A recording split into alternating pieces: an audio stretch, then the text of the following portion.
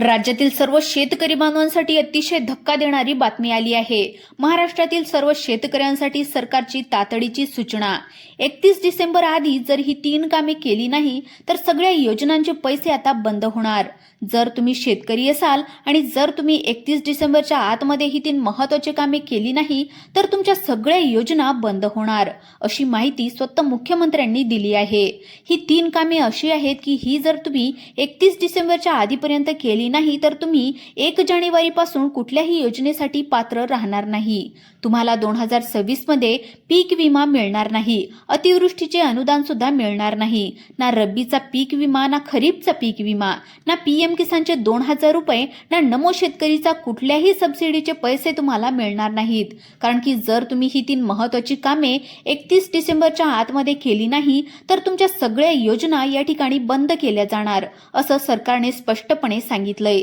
सरकार म्हटले की आम्ही पाहिजे तेवढा वेळ तुम्हाला दिलेला होता, पण आता याच्या पुढे तारीख वाढणार नाही, यापुढे जास्त वेळ देता येणार नाही, कारण की 2025 हे 31 डिसेंबरला संपत आहे।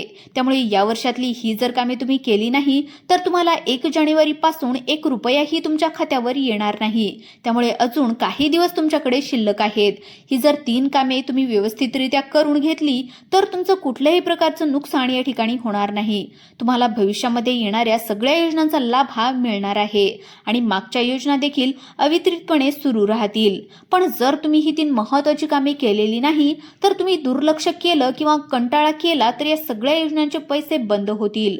मुख्यमंत्र्यांनी स्वतः सांगितले की याच्या पुढे आम्ही कुठलीही तारीख वाढून देणार नाही। त्यामुळे 31 डिसेंबर या तारखेला कॅलेंडरवर गोल करून ठेवा, अन्यथा तुम्ही रडत बसाल। कदाचित तुमच्या शेजारचा शेतकरी ही काम करेल, त्याला पैसे येतील, तुमच्या गावातल्या शेतकऱ्यांना पैसे येतील, पण तुम्हाला हे पैसे मिळणार नाही, कारण की ही तारीख अंतिम तारीख आहे। ही तारीख फिक्स करण्यात आली आहे। 31 डिसेंबर ही शेवटची फायनल तारीख देण्यात आली आहे। 31 डिसेंबरच्या अगोदर सगळ्या शेतकऱ्यांनी ही 3 कामे करून घ्या, असं मुख्यमंत्र्यांनी वेळोवेळी सांगितलं आहे। मग या 31 डिसेंबरच्या आधी नेमकी कोणती कामे करायची आहेत, ही 3 कामे नेमकी कोणत्या सरकारी ऑफिसमध्ये जाऊन करायची आहेत, सरकारने या 3 कामांमध्ये नेमकं त्याच्यामध्ये काय काय कागदपत्र द्यायला तुम्हाला तर सांगितले आहेत, कशा पद्धतीने ही कामे लवकरात लवकर करून घ्यायची आहेत, संपूर्ण सविस्तर व्हिडिओ तुम्ही आता पाहून घ्या।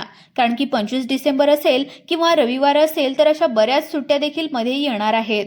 त्यामुळे शेतकऱ्यांची प्रचंड गर्दी आता प्रत्येक ठिकाणी होणार आहे। त्यामुळे लवकरात लवकर तुम्ही माहिती घ्या। जर तुम्हाला भविष्यामध्ये कुठल्या योजनेचे पैसे घ्यायचे असतील, मागच्या योजना सुरू ठेवायच्या असतील तर 100% हा व्हिडिओ पूर्णपणे पहा, कारण की व्हिडिओ जर तुम्ही मध्ये जर सोडून गेला तर तुम्हाला 2026 मध्ये 1ही रुपया तुम्हाला मिळणार नाही।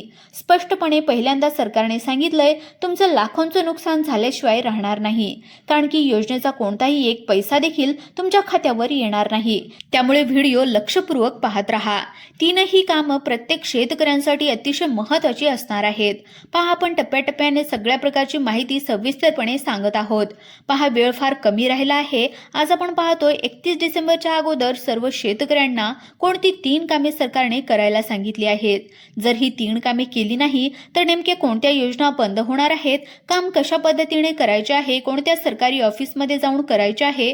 पाहता सुट्ट्या भरपूर आलेल्या आहेत, 4-5 दिवस राहिलेले आहेत, त्यामध्ये 2 ते 3 दिवस सुट्ट्याच आहेत। त्यामुळे अक्षरशः गर्दी होणार आहे। त्यामुळे लक्षपूर्वक ही माहिती पहा।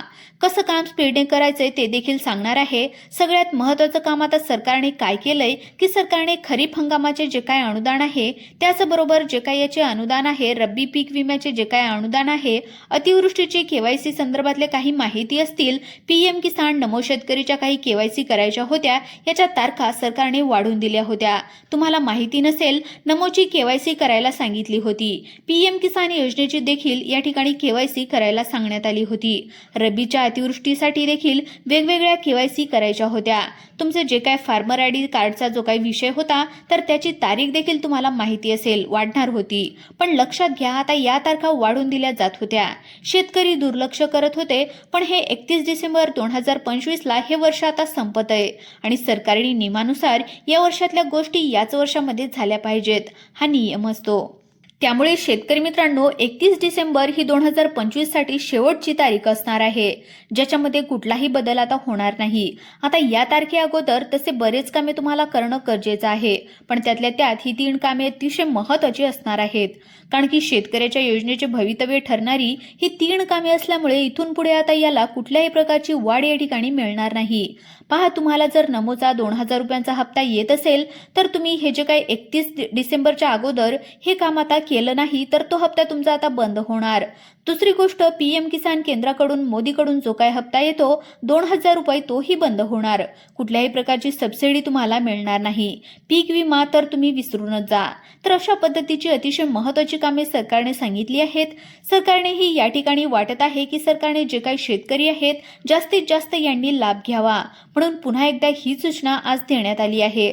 तर व्हिडिओ तुम्ही हा 2 मिनिटे पाहिला तर तुमचं लाखोंचं नुकसान या ठिकाणी टळणार आहे. तर पहा, पहिलं काम सगळ्यात महत्त्वाचं, अतिशय महत्त्वाचं पहिलं जे काही काम आहे तर पहा, सध्या कुठला हंगाम चालू आहे? खरीप हंगाम आहे. बघा, खरीप हंगाम 2025 आता सुरू झालाय, त्याचं अनुदान वाटप देखील चालू झालंय.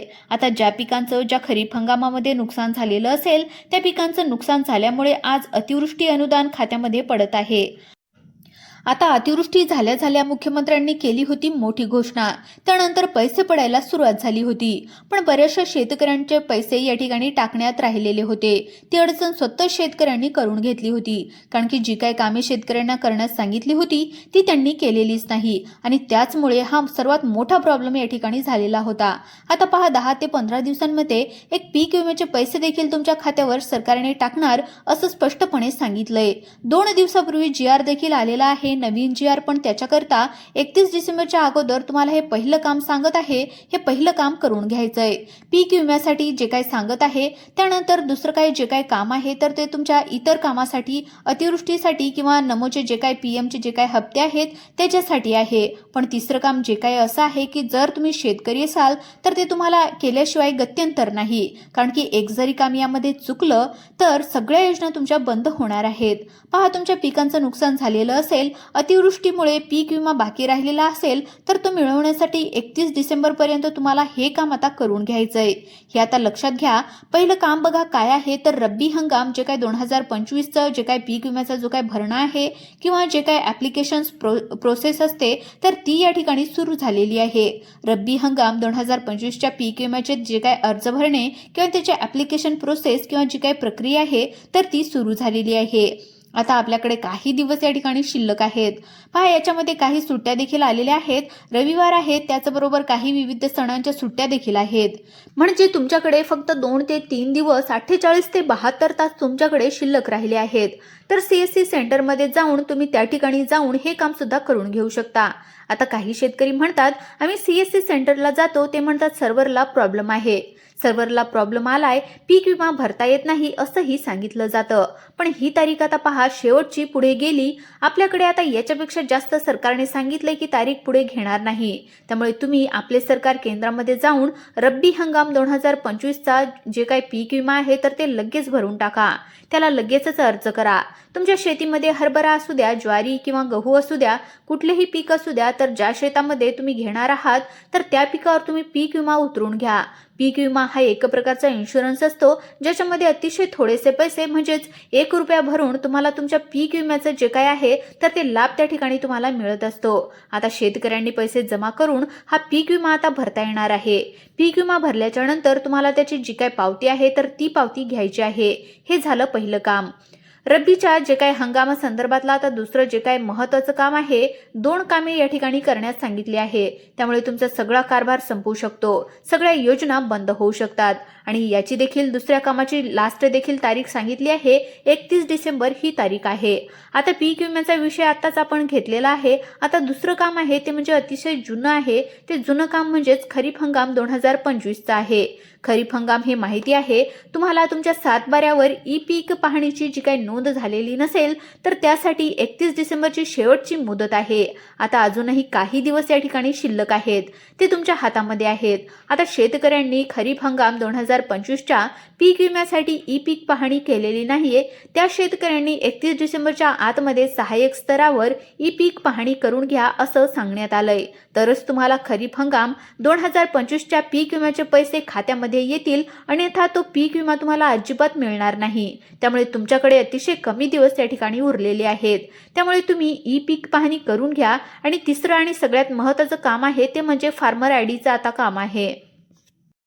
शेतकरी मित्रांनो, जर तुम्ही फार्मर आय डीसाठी अर्ज केलेला नसेल किंवा अर्ज करून अप्रुव्हल मिळालेलं नसेल किंवा फार्मर आय डी मिळाला नसेल किंवा फार्मर आय डी नंबर मिळूनही तो ॲक्टिव्ह झालेला नसेल तर 100% तुम्ही 31 डिसेंबरच्या आतमध्ये हे काम करून घ्या. अन्यथा त्याचं पोर्टल बंद होऊ शकतं आणि पोर्टल एकदा का बंद झालं तर तुम्हाला काहीच करता येणार नाही. बऱ्याचशा शेतकऱ्यांनी पीक विमा भरायचा होता त्यावेळेस काय केलं, कुठल्या तरी CSC सेंटरवाल्याकडे किंवा यांच्याकडे जाऊन तो एक बनावट प्रकारचा एक कागदपत्र घेतला आहे आणि कार्ड त्यांनी बनवून दिलं आहे आणि त्याच कार्डाचा जो काही नंबर आहे त्यांनी पीक विम्यामध्ये टाकला आहे. तर ते कार्ड चुकीचं आहे. सरकारने अजून कोणत्याही शेतकऱ्याला फार्मर आय डी कार्ड हे हार्ड कॉपीमध्ये दिलेलं नाही, फक्त नंबरच आलेला आहे आणि तो नंबरच महत्त्वाचा आहे. जर तुमच्याकडे तसं कार्ड असेल तर ते कार्ड काहीच कामाचं नाही, ही गोष्ट या ठिकाणी लक्षात घ्या. त्यामुळे 31 डिसेंबर पर्यंत ज्या शेतकऱ्यांनी EKYC केलेली नाही, ज्या शेतकऱ्यांचं फार्मर आय डी कार्ड काढलेलं नाहीये किंवा इतर काही प्रॉब्लेम आलेला असेल त्यांनी तलाठ्याशी संपर्क साधून त्यांच्याकडे KYCचे याद्या जे काही आलेले आहेत किंवा CSC सेंटरमध्ये आपल्या सेवा केंद्रामध्ये जाऊन KYC करून घ्या. KYC साठी VK नंबर लागतो. आता खूप शेतकऱ्यांना VK नंबरचा प्रॉब्लेम आहे जो की तुम्हाला पीक विम्यासाठी लागणार आहे. त्यासाठी तलाठ्याशी संपर्क साधा. शेतकऱ्यांनी CSC सेंटरवरून जर KYC होत नसेल तर तहसील स्तरावर जा, पण EKYC करून घ्या. पण ही KYC 31 डिसेंबर ही शेवटची तारीख आहे. यामध्ये तुम्ही ही 3 महत्त्वाची कामे 31 डिसेंबरच्या अगोदर करून घ्यायची आहेत. ही जर तुम्ही कामे अगोदर केलेली असतील तर नक्की कमेंटमध्ये आम्हाला नक्की कळवा. ज्या शेतकऱ्यांचे राहिले असतील, काही शंका येत असतील ते कमेंटच्या माध्यमातून आम्हाला कळवायला विसरू नका. मित्रांनो, जर तुम्ही आपल्या YouTube चॅनलला पहिल्यांदाच आले असाल तर चॅनलला सुद्धा सबस्क्राईब करा आणि आपल्या व्हिडिओला देखील एक लाईक नक्की करा. धन्यवाद.